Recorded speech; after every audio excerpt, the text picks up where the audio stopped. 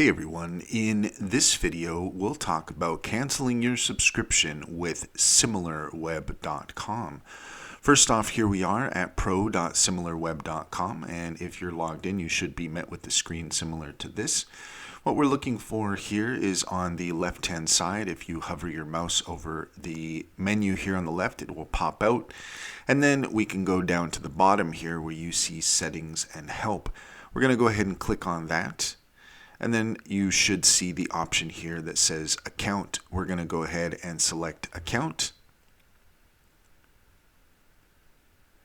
And now we are on the account settings page, and here you can see on the left hand side the subscription page. We're going to go ahead and select that. And here we can see that we're currently in a free trial with 7 days left. When you begin a subscription, this is where you're going to come in order to cancel the subscription. We can go ahead and compare plans here, so you can see that there are some plans here that you can consider depending on what your needs are. It looks like we've got the Explorer and the Professional. We'll go ahead and check out the upgrade button here as well. And you'll see that here we have a couple of other options that you could take a look at. So we've got the starter and the professional.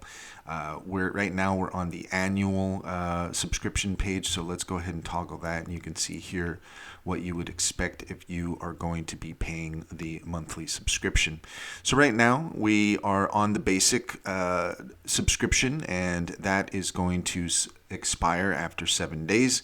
So once you have selected a subscription and you wish to cancel the subscription, then you're going to want to go to the subscription page here again in your account settings, and this is where you should be able to cancel the subscription.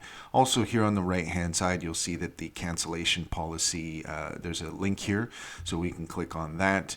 And if there's any questions that you have on canceling your subscription, then you can see here that they also provide more information on this page. That's all there is to it. If you found this video helpful, please leave a comment and like and subscribe for more helpful tips.